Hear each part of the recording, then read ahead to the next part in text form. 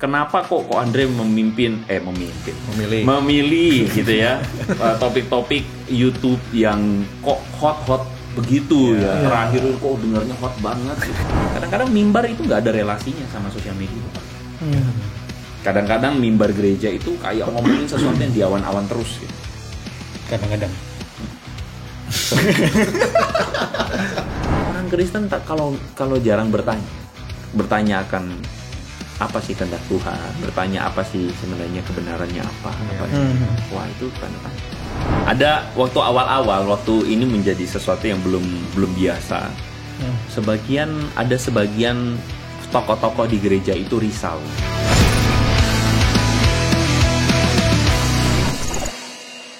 Oke, teman-teman semua, selamat datang di One Podcast bersama saya Peter dan Yudi ya. Hari ini kita kedatangan tamu yang sangat spesial. Sangat spesial. Biasa banget ya, Kak, sangat spesial ya. Saya tidak mau disamakan dengan semua host. Oh, semua. Sudah berapa lama kalian ngomong semuanya spesial? Kita biasanya ngomong biasa ya. Biasa aja. Sekarang sih benar-benar spesial. Bercanda. Ini diimport dari mana nih? Ya, beliau diimport dari YouTube nih ya, karena dia YouTuber. Wah, punya berapa kok? 200.000 ya subscribernya ya. Udah silver button. Oh, kan? silver button. Oke. 200-an lah. 200-an. Please welcome ke Andre Tunggal. Halo semuanya. Welcome Kun. Thank you udah mau datang, udah mau nyempatin podcast. Terima kasih untuk traktirannya. Wah. Yang penting itunya. Ya, memang makanan itu menarik kok. Ya. Yesus saja mengajar itu makan juga gitu ya. Kebutuhan rohani ya, penting juga kan. Jasmani dan rohani, sorry. Tapi tambah lemu gitu. Ya loh, terakhir saya ketemu kok Andre nggak segini loh. Nggak segini maksudnya gimana kok? Minder ya. Berarti kan diberkati ya kok ya. Kebanyakan itu juga jadi kutuk nanti. Iya. Oke, hari ini ngobrol-ngobrol ya dengan Ko Andre ya.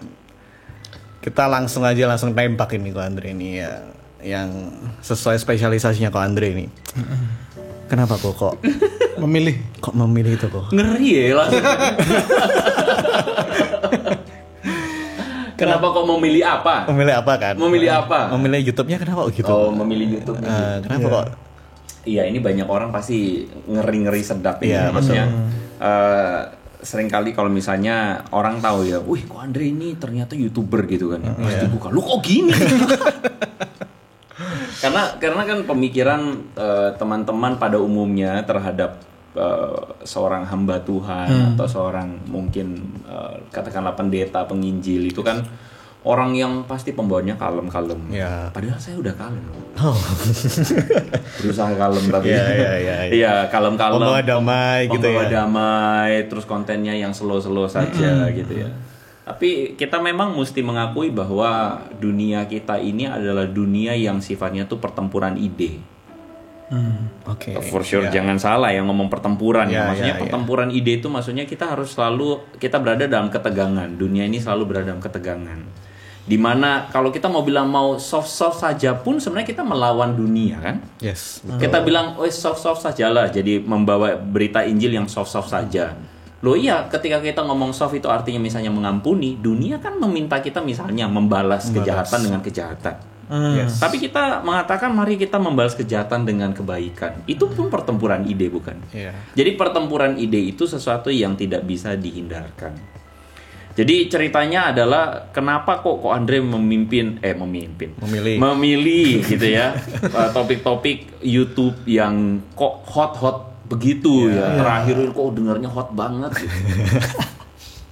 Ada beberapa alasan. Ya, ada beberapa alasan. Tapi alasan yang paling esensial kan makanya diungkapkan di awal dulu ya. Paling esensial adalah kalau nggak hot nggak laku.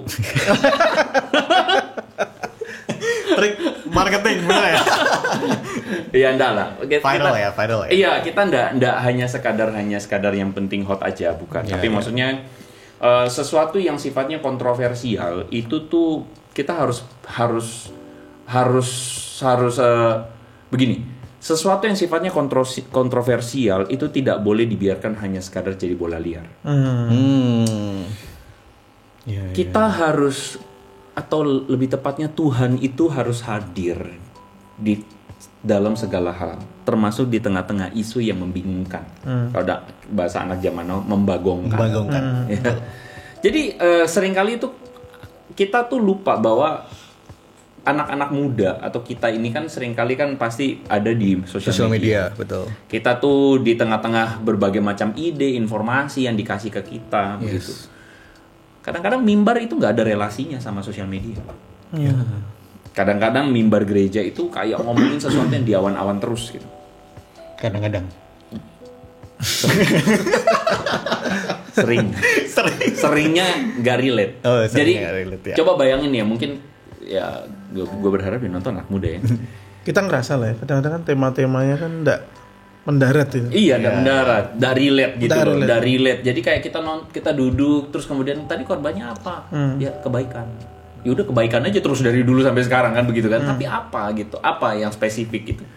Seringkali kita tuh enggak Injil itu kalau menurut gue sih harusnya ada di dalam seluruh sisi. Apa sih pesan Tuhan gitu? Apa sih kehendak Tuhan di tengah-tengah berbagai macam kontroversi yang ada? Misalnya kontroversi yang paling terakhir tuh ya soal masalah minuman keras, sebut merek. Iya kan? Penggunaan nama-nama suci kan dianggap Muhammad dan kemudian Maria itu mewakili mungkin umat Kristen Katolik begitu. Loh, ketika bereaksi, misalnya itu video gue terakhir ya, misalnya yang bereaksi adalah dari teman-teman kaum muslim, bereaksi keras sekali, wah ini begini penistaan dan sebagainya. Loh, kalau orang Kristen nggak memunculkan opininya, maka dipikir bahwa oh berarti Kristen pun opininya sama. Padahal ya Kristen opininya nggak begitu. Nah, jadi kita butuh opini. Orang dunia butuh opini, butuh melihat wajah kekristenan yang benar. Sedangkan orang Kristen sendiri butuh guidance juga bagaimana menghadapi isu-isu seperti itu. Dan gue memang akhirnya memilih untuk mengambil isu-isu yang panas dan viral. Pertama karena kalau nggak begitu nggak laku. Ini jujur, bukan karena mau pengen cari laku, tapi jujur kita pun user pengguna kita kalau beritanya biasa aja ya. Memiliki hati seperti Yesus. Jujur mau nonton kita nggak? Jujur Anda ya. Nonton nggak jujur ya? Kita diantar memiliki hati seperti Yesus sama yang satunya tuh apa sih topiknya yang seru yang ya topik-topik viral lah begitu Yesus lah ya. disalib terus apa gitu ya. Iya, jadi ya sesederhana itulah sebenarnya masuk ke dalam konten-konten begitu tuh sebenarnya karena sebenarnya dari awal nggak sengaja juga. Nggak sengaja karena pernah waktu itu kan ada seorang pemuka agama yang ngomong di salib itu ada jinnya gitu. Ada jin di patung apa atau celana di salib. Celana itu ya. Celana apa? Jeans. Iya, baiklah. Oke. Nah, waktu itu jadi ceritanya jemaat tuh kan rame kan. Wah, ini ada pemuka agama yang ngomong ada jin di kayu di salib gitu. Ya udah, terus kemudian bikin aja video. Waktu itu iseng videonya jelek lah. Jangan ditonton ya, jelek video. Jeleknya minta ampun. Tapi rame. Yang nggak nyangka juga waktu itu kan kayak discover sesuatu yang nggak disangka-sangka. Ramenya luar biasa. Itu bahkan waktu itu subscriber baru 3.000 awalnya 2.000 apa 1.000 ya? Tambah jadi 8.000. Gara-gara itu doang. Gila, gara-gara itu doang video jelek itu. Nggak jelek. Tapi dari situ akhirnya sadar bahwa waktu itu belum banyak yang muncul di YouTube membahas yang kayak begitu. Dan akhirnya ya gue salah satu yang akhirnya masuk membahas yang kayak gitu. Mungkin kalau dalam bahasa kerennya teman-teman tahu itu namanya apologetika. Jadi apologetika itu adalah sebuah bidang dari teologi yang membahas tentang berbagai macam pertanyaan, jawaban atau polemik tentang kekristenan. Ya, jadi karena dalam kekristenan itu kan banyak orang-orang yang tidak paham. Ya. Misalnya Allah Tritunggal itu Tuhan satu atau Tuhan tiga. Kristen menyembah banyak Tuhan gitu kan ya. Atau misalnya kenapa kalau Yesus Tuhan, kenapa Yesus berdoa kepada Tuhan, kepada Allah begitu misalnya. Kok Yesus Tuhan berdoa kepada Tuhan? Itu kan satu-satu hal yang enak banget Kristen. Kristen itu percaya Tuhan aja masuk surga, pasti selamat loh. Ya gimana gitu. Nah, itu kan hal-hal yang sebenarnya menjadi ajaran gereja turun-temurun yang tidak dijelaskan secara rinci dan jelas. Dan kadang karena kita besar dari perspektif Kristen, kita kadang menganggap itu sebagai sesuatu yang ya bisa diterima. Sampai pada satu titik jadi ada masanya di mana kita akhirnya kemudian mempertanyakan kembali. Betul. Nah, sebenarnya gue membuat video ini bukan untuk kepada orang-orang sono atau kepada kelompok sono sebenarnya. Targetnya. Kalau saya sebenarnya gue bikin video ini tujuannya adalah untuk mengedukasi orang Kristen sendiri. Karena gue menemukan ada banyak sekali orang-orang Kristen yang akhirnya mempertanyakan iman. Gitu. Dan ada banyak orang Kristen yang berhadapan dengan khotbah atau materi-materi yang sebenarnya nggak bisa dibahas di gereja atau sulit dipertanyakan. Karena bisa batasan. Iya, karena gereja mau nggak mau harus ada pada border tertentu. Yang kedua, pertanyaan-pertanyaan liar tuh susah dijawab di gereja. Yang ketiga, kadang juga mungkin pemimpin gerejanya tidak terbiasa memikirkan sesuatu secara mendalam. Jadi nggak benar-benar tajam gitu jawabnya kayak gimana. Iya, betul. Gitu sih. Jadi ya itulah alasannya. Apalagi ditambah orang-orang sekarang kritis ya, Pak ya. Yoi. Bener ya? Anak-anak muda sekarang tuh kritis. Jadi ya mungkin sebenarnya gini ya, kalau konten-konten atau cara jawab gue itu lebih kepada dua, rasionalitas dan biblikal. Udah gitu aja, dua itu aja. Dua tema itu ya. Dua itu yang selalu berada di ketegangan kedua itu aja. Gitu tapi kalau kita dalemin kontennya Ko Andre sebenarnya ya bener sih tadi, bukan untuk menyerang kan sebenarnya, untuk mengedukasi kan sebenarnya kan. Menguji kita juga kan berarti. Menjawab pertanyaan sih sebenarnya. Lebih ke ya gitu ya Ko ya, menjawab pertanyaan sih. Ya kalau mereka cari gara-gara ya kita toel dikit. Tapi kan katanya di komen-komennya tetap dijawab satu-satu ya? Nggak juga. Malas, nggak ada waktu. Kalau pas ada yang pengen tak jawab ya tak jawab. Gitu. Tapi kadang ada dipin sama dia. Iya. Yang dipin itu yang biasanya yang asik gitu. Nah teman-teman bisa lihat ya, yang dipin apa. Jadi gini, ada orang yang YouTubean itu ya, YouTubean itu baper. Maksudnya YouTubean tuh baper tuh apa? Baper itu kalau misalnya dilawan marah gitu. Gue bersyukur gue sih enggak ya. Dilawan mari. Ya. Justru makin ngata-ngatai tak pin sekalian. Tapi aku lihat kontennya Ko Andre santai sih ya. Santai. Cuman judulnya aja yang meresahkan. Judulnya meresahkan, thumbnailnya bikin panas. Sebenarnya santai, tapi kalau itu latihan otak juga, exercise. Iya.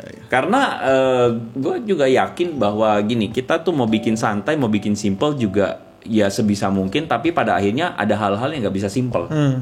Ada hal-hal yang memang kita harus pikirkan secara dalam. Betul. Baru kita bisa ngerti. Kalau enggak ya lost the plot. Yes. Gitu sih. Iya. Oke. Wah menarik ya. Gimana mau belajar? Mau belajar apa? Belajar buat kontennya atau? Karena gini loh, jujur ya, kadang kita tuh berada pada kultur atau tradisi kekristenan yang hanya sekadar menjalankan rutinitas. Kita tidak terbiasa untuk mempertanyakan sesuatu. Gue tuh dulu ingat waktu masih di SMP, waktu itu kelas 2. Waktu masih di SMP, satu kali guru agama, pendeta, ibu guru sih, pendeta juga. Dia ngajarin, terus kemudian dia bilang, iya anak-anak ada pertanyaan gitu. Gue masih kelas 2 SMP. Mau tanya bu, gitu. Bu, kalau Tuhan itu maha tahu, Tuhan tentu tahu dong ketika dia nanti menciptakan manusia akan jatuh dalam dosa. Makan buah pengetahuan yang baik dan jahat, jatuh dalam dosa. Terus kalau Tuhan baik, kenapa Tuhan menciptakan manusia yang jatuh dalam dosa? Langsung ibu guruku tuh langsung, ya ada pertanyaannya. Untung waktu itu gue sendiri nggak jadi orang yang kemudian meninggalkan ya. kekristenan ya. Untungnya. Tapi pertanyaan itu dibawa terus. Betul. Pertanyaan itu dibawa terus. Dan untungnya gue termasuk orang yang melatih diri untuk kritis terhadap segala sesuatu. Jadi ketika ada statement agama itu dikritisi dulu. Ini apa? Apakah ini benar? Apakah ini perintah firman? Kalaupun ini berasal dari firman, kenapa ini keluar? Kenapa ini terjadi? Gitu kan. Misalnya soal masalah makan babi. Ya, oke. Soal masalah makan babi itu tidak sesederhana kita artikan, kenapa kok orang Kristen sekarang tidak makan babi? Ya, boleh atau enggak? Boleh makan babi. Orang Kristen sekarang boleh makan babi. Kan di dalam kekristenan kan ada gereja yang sampai sekarang melaksanakan hukum PL. Imamat 11 tuh ya. Iya. Jadi hukum PL itu dilaksanakan misalnya hari Sabat pun betul-betul hari Sabtu, ya toh, bukan hari Minggu. Ya. Betul-betul mau melaksanakan itu. Terus kemudian kan di depan orang non-Kristen ini jadi masalah. Terutama mereka dari teman-teman yang kawan-kawan yang beragama, misalnya mereka yang Muslim. Mereka kan ketat sekali urusan makan babi. Betul. Terus kenapa Kristen makan babi? Gitu. Terus kemudian kita dianggap tidak melakukan Taurat atau melakukan perintah. Hukum itu ya. Nah, buat kita orang Kristen masalah nggak? Jujur, masalah nggak? Kalau sekarang sih enggak ya harusnya. Nggak masalah tuh, karena babi enak loh. Kebutuhan ya berarti. Buat kita nggak masalah, kenapa? Karena kita terbiasa ya sudah dari dulu begini. Iya. Tapi sebenarnya kita harus berpikir loh, kenapa ya? Iya. Kenapa loh? Ini kenapa? Kenapa kok nggak apa-apa sekarang? Gitu kan? Nah di PB kan kemudian kita ya ada dasar Alkitabnya, tapi kebanyakan tuh dari ajaran. Ada pendeta pernah ngomong begini, kita itu sudah ditebus, kita bukan hidup di bawah hukum Taurat lagi. Ya toh, tapi kita hidup di bawah kasih karunia dan sebagainya. Oke, itu alasan teologis, itu jawaban teologis. Tapi still pertanyaannya begini, kalau memang sekarang itu tidak ada di bawah hukum Taurat, kenapa dulu harus ada di bawah hukum Taurat? Ya itu bertanya kita lagi kan. Bertanya lagi loh. Kritis lagi kenapa kan. orang zaman dulu harus nggak boleh makan babi? Kenapa nggak boleh? Kenapa ya? Satu Ya lagi kan? kok. Bro, berarti begini, Tuhan itu menyusahkan orang-orang perjanjian lama. Betul lah. Iya. Tapi satu lagi kok. Apa tuh? Satu lagi. Apa? Hukum Taurat untuk siapa? Menarik. Menarik. Sebenarnya ada banyak pertanyaan-pertanyaan yang jadi gini, gue tuh melatih diri untuk secara kritis mempertanyakan segala hal. Kenapa ya? Kenapa begini ya? Kok Tuhan begini ya? Kok begini ya? Begitu. Jadi itu tuh akan membantu kita karena gini. Kalau kita mempunyai dasar yang kuat untuk percaya kepada Tuhan, maka keadaan apapun yang terjadi dalam hidup kita akan kuat. Pernah ketemu dengan orang yang dikit-dikit, kok Tuhan gini sih? Tuhan, aku kecewa meninggalkan gereja. Gara-gara apa? Gara-gara perkara sandal hilang misalnya. Tuhan, ini sandal kesayanganku, kenapa kok digondol maling gitu? Digondol anjing tetangga misalnya. Terus kemudian Tuhan jahat loh. Itu kan perkara bodoh.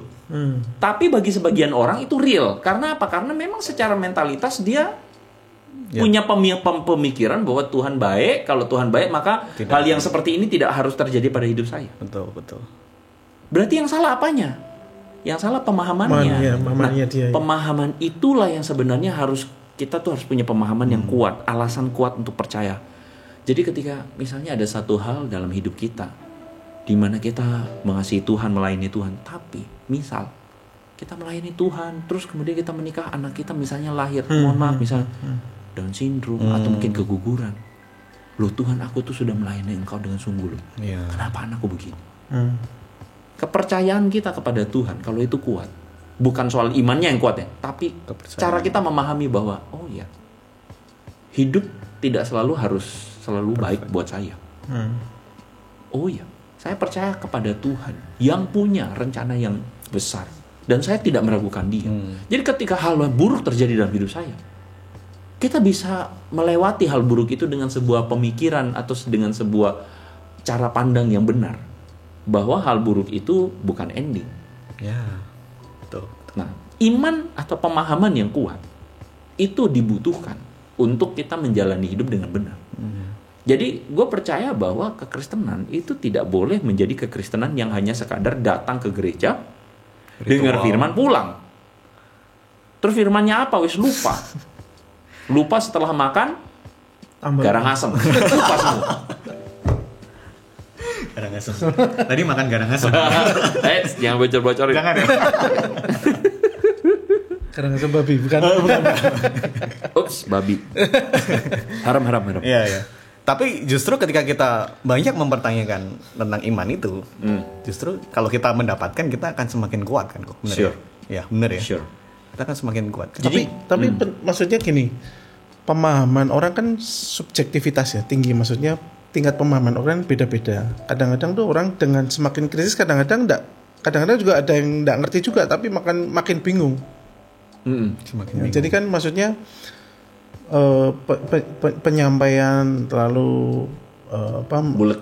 Ya, maksudnya itu nggak clear. Jadi kan harusnya tepat sasaran mas ya. Dalam artian tuh kadang-kadang memang nggak bisa disalahkan orang juga, misalnya pemahaman memang tingkatnya orang kan beda-beda ya. Betul. Tapi termasuk juga kan kita juga bertanggung jawab dalam menyampaikan Betul. penjelasan itu harus tuntas lah istilah gitu.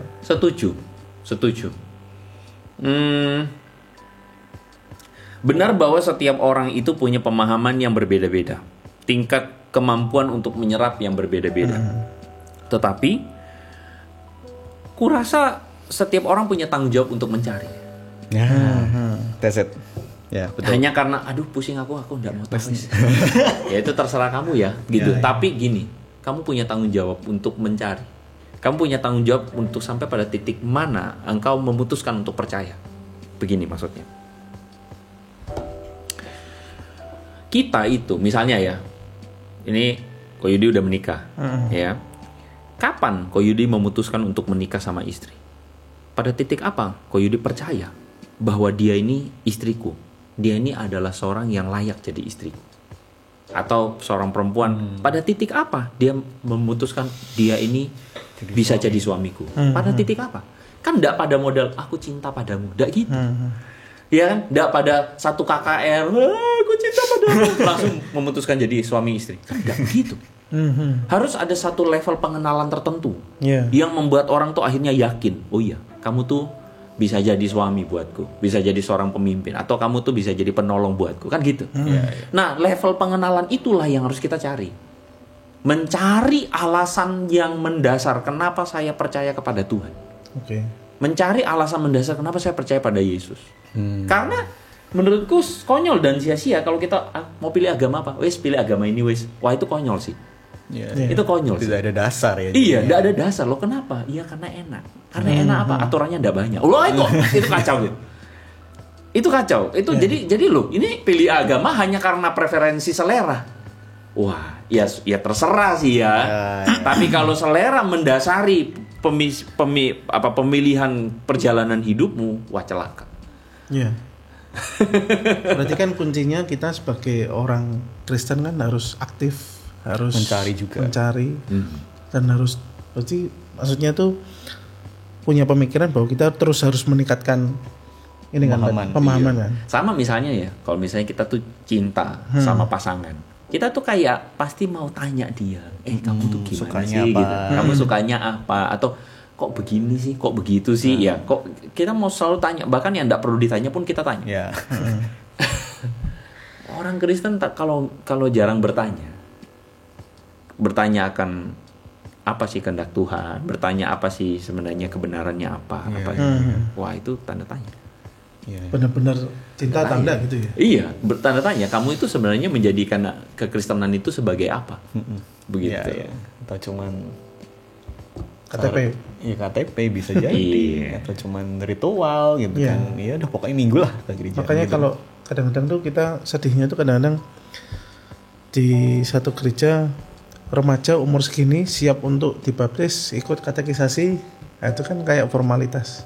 Nah, di gereja yang dulu kan gue kan pelayanan di satu gereja. Gue melihat sistemnya tuh kayak gitu. Oh ya, yang sudah umur 15, yang sudah umur 16, silakan ikut katekisasi untuk dibaptis. Yang mau dibaptis ikut katekisasi. The question is, kenapa harus dibaptis? Itu dulu. Kenapa mesti baptis? Karena sudah cukup umur. Nah, ini celaka. Seriusan? Iya. Seriusan? Iya. Seriusan loh. Ini celaka loh. Ya? Karena sudah cukup umur dibaptis. Nah, jadi seringkali gue dapatin tuh misalnya di kelas nih ya, katekisasi dulu waktu masih praktek. Bahkan itu anak nggak tahu hari ini dia katekisasi. Kenapa? Kamu ikut katekisasi? Hah? Kenapa? Apa itu mah? Iya, kamu udah cukup umur, kamu mau dibaptis. Lah, kayak buat KTP ya. jadi anaknya itu, iya. Ya kan? Orang dibaptis bisa jadi karena untuk supaya bisa nanti menikah syaratnya dibaptis. Gereja gitu kan. Syarat keanggotaan gereja. Lah, jadi itulah ya, maksudnya itu bukan satu hal yang buruk, oke? Ya. Bukan hal yang buruk. Cuman adalah sayang banget kalau kita melakukannya tanpa pengertian. Jadi makanya gue selalu waktu di kelas katekisasi gue selalu bilang, teman-teman, ini saya tahu bahwa ada sebagian dari teman-teman Anda baru tahu bahwa siang ini Anda harus katekisasi. Saya tahu. Terus ada muka-muka yang gitu, kelihatan gitu ya. Gitu ya. Iya, itu gue banget gitu. Iya gitu. Tapi gini, justru di momen ini saya mau challenge kamu. Saya mau challenge kamu untuk mengalami satu perjalanan. Untuk menemukan jawaban kenapa kamu Kristen. Kalau kamu Kristen hanya karena papa mamamu Kristen, I think that's not the right answer. Itu bukan jawaban yang tepat atau jawaban yang kuat bagimu untuk menjadi Kristen. Alright. Oke? Ya.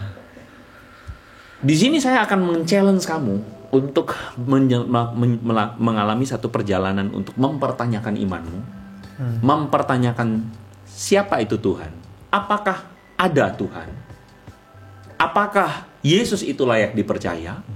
Di antara semua agama-agama yang ada, kenapa kekristenan itu menjadi sesuatu yang berbeda dari agama lain gitu. Dan di akhir dari katekisasi ini, I know your parents ingin kamu dibaptis. Tapi saya mau bilang, kalau kamu nggak menemukan jawaban kenapa kamu jadi Kristen, please nggak usah dibaptis. Cari dulu. Dan ada. Ya. Selama dalam pelayanan ada orang yang akhirnya memutuskan untuk aku tunggu dulu ya. Tahun depan dia ikut lagi katekisasi, baru dia dibaptis. Jadi kita akhirnya menemukan orang-orang yang dibaptis itu adalah orang-orang yang mengerti kenapa saya jadi Kristen. Bukan orang-orang yang hanya sekadar Ikut melakukan ikut-ikutan ritual dan menjadi Kristen-Kristenan. Iya. Iya sih, bahkan mungkin ya kalau pengalaman pribadi mungkin kita baru kenal mungkin bukan waktu di katekisasi. Iya kan? Jauh setelah itu. Dan pengalaman katekisasi kita ada pengalaman membosankan. Iya, betul. Dimana kita itu sudah capek sekolah hari Senin sampai Sabtu, dulu Sabtu sekolah, terus Minggu ikutan kelas lagi, aduh mabuk. Ya. Minggu ikutan kelas, tadi paginya ikutan remaja, udah pusing, siang pusing lagi. Jadi kita nggak mengalami satu perjalanan yang menyenangkan gitu. Iya. Ini kembali ke ini ya, sosial media. Saya pengen tahu kan Ko Andre ini kan jadi yang jangan lah. Biar kelihatan muda. Iya Ti. So apa tadi? lupa. Lanjut. Nah, itu kan kan melayani di satu gereja ya. Nah, dengan pelayanan di sosial media yang di YouTube tadi khususnya itu pro kontranya gimana lah misalnya gitu. Ngeri. Ada waktu awal-awal waktu ini menjadi sesuatu yang belum biasa.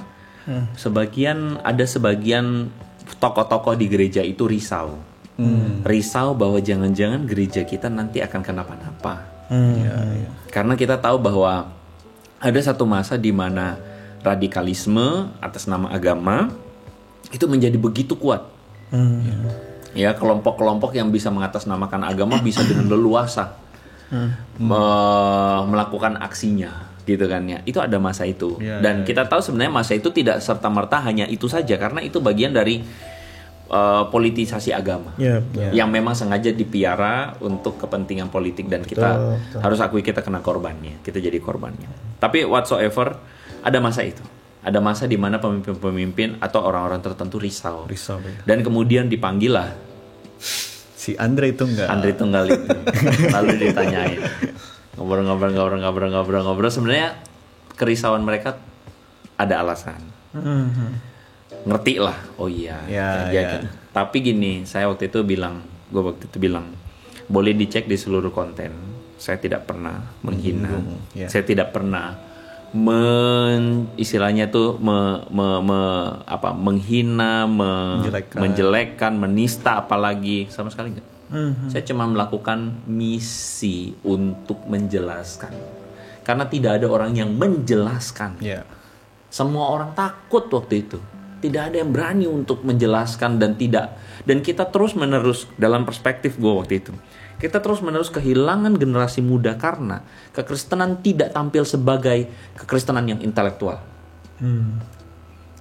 Kita kehilangan anak-anak muda karena kekristenan tidak tampil sebagai sebuah agama yang intelektual. Kita tampil sebagai agama yang pokoknya percaya saja. Kita tampil sebagai agama yang memelihara tradisi saja. Atau kita tampil sebagai agama yang hanya berdasarkan jargon-jargon yang korelasi logikanya tuh nggak dapet. Dengan relevansi dunia sekarang dengan juga relevansinya, kan? Dengan isu-isu yang muncul hari ini gitu loh. Kita harus jadi kekristenan yang relevan. Gitu. Kekristenan yang ajarannya itu yang masuk akal. Masuk akal loh ya. Bisa diterima secara logika. Gitu. Berarti ya iman harus rasional juga kan? Iman harus rasional. Nah, juga, pasti ada teman-teman yang bilang begini, enggak, iman gak rasional. Pembuktiannya apa? Hanya sains ya rasional. Sorry. Sains itu, orang yang percaya pada sains itu, Anda butuh iman untuk percaya pada sains. Karena there's a lot of phenomena yang tidak bisa dijelaskan oleh sains semata-mata. Paling mudah, ini pertanyaan filosofis. Einstein pernah mengatakan bahwa ilmu gravitasi atau hukum gravitasi tidak bisa menjelaskan seseorang jatuh cinta. Ilmu gravitasi bisa menjelaskan apel yang jatuh, tetapi tidak bisa menjelaskan seseorang yang jatuh cinta.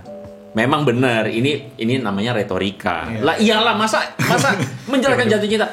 Tapi gini, ada terlalu banyak hal atau eksistensi yang ada dalam dunia ini yang tidak melulu toolnya adalah sains. You get the point? Betul. Toolnya adalah sains. Dan lagi pula kalau kita mengakui yang namanya Tuhan itu sebagai sesuatu yang suprarasional artinya melebihi sesuatu yang sifatnya rasio kita, melebihi yang namanya sains even. Jadi sains itu bukan tool yang tepat untuk mengenali Tuhan. Gitu maksudnya. Jadi iman itu rasional, bisa diterima dengan akal sehat. Nah, bagaimana sekarang kita memikirkan dan menghadirkan iman yang rasional itu? Ya, betul. Salah satunya pakai itu tadi ya. Iya. Apologetika itu bukan hanya melulu kepada kaum muslim gitu yang cari, kalau saya selalu bahasakan polemikus muslim, selalu cari gara-gara. Enggak. Apologetika itu ada pada semua hal gitu. Bahkan termasuk kepada agnostisisme misalnya, atau kepada arus dari ateisme misalnya. Gitu sih. Oke. Jadi dalam banget ya ini ya. Berat banget. Tapi pertamanya apologetika. Salah ya kita ya. Gak apa. Tapi kalau bicara sosial media nih, dengar-dengar kan Ko Andre lagi create satu platform namanya Hello God. Bisa silakan teman-teman cari Hello God. Ya, silakan teman-teman. HELLOGOD di Play Store maupun di App Store. Ya. Dan tonton kontennya. Cukup bisa sombong. Kenapa? Karena investasi itu gede sekarang. Gede luar biasa. Kita bikin aplikasi itu gak abal-abal. Serius. Download sekarang. Promosi. Nggak, itu bukan investasi yang sembarangan. Kita betul-betul pengen bikin karena apa? Karena kita tahu bahwa dunia media sosial itu dunia yang gak mungkin kita hidup tanpanya. Semua orang sekarang hidup di dalam sosial media. Kita harus mengakui itu. Kita bangun tidur udah gak boleh lagi buka Alkitab, kita lihatnya Instastory, kita lihatnya TikTok gitu. Senyumnya bermakna banget. Ketahuan. Jadi maksudnya gini, sosial media itu sesuatu yang kita pasti hidup di dalamnya, dan bahkan generasi berikutnya pasti akan hidup di dalamnya. Dengan adanya pandemi, orang nggak merasa quote and quote ada semacam kayak orang merasa nggak butuh lagi ke gereja, bisa lewat nonton khotbah di YouTube dan sebagainya. Kita nggak bisa paksa orang. untuk datang ke gereja. Kita nggak bisa paksa orang untuk hidup benar. Kita nggak bisa paksa orang. Nggak bisa. Karena itu kan pilihan kebebasan orang. Nah, cuman kita menyadari dengan adanya sosial media, ada satu negativity. Ada toxic. Kecenderungan yang toksik yang dibawa oleh sosial media. Kepada kita. Kita jadi orang yang dikit-dikit tanpa sadar nih ya. Misalnya, ini yang paling gampang. Makan. Foto cekrek kita pasang. Gitu kan, kita pasang di story, kita pasang di apa, kelihatannya sesuatu yang dilakukan kayak biasa aja, sesuatu yang kayak dilakukan ya semua orang juga melakukannya. Tanpa sadar kita tuh membuka pikiran dan hati kita untuk pamer. Tanpa sadar kita flexing, ya itu ya bahasa keren itu. Tanpa sadar kita tuh akhirnya menjadi insecure ketika kita lihat, wih dia makan di sini, gue juga mau yuk gitu. Kita tuh kayak hidup kita tuh kayak kita nggak memiliki hidup kita sepenuhnya. You lost your life even when you being control your social media. Kita mesti jujur, social media yang kontrol kita akhirnya. Pengalaman sosial media itu gue mengalami toxic. Gue ngalamin nih. Gue nggak tahu teman-teman yang lain, kalau nggak toksik ya sudah bagus lah. Gue ngalaminnya toksik. Kenapa? Karena gue jadi orang yang narsis jadinya. Gue jadi orang yang, mohon maaf, gue lihat cewek-cewek di Instagram. Waktu lihat, well, lu pilih, lu siapa? Male, usia apa? Produktif. Udah muncul cewek-cewek semua. Karena itulah itu AI-nya media sosial itu begitu. Seperti itu ya. Dia create begitu, tujuannya apa ya? Supaya lu lama-lama. Lu lama-lama lu pikir lihat itu doang. TikTok.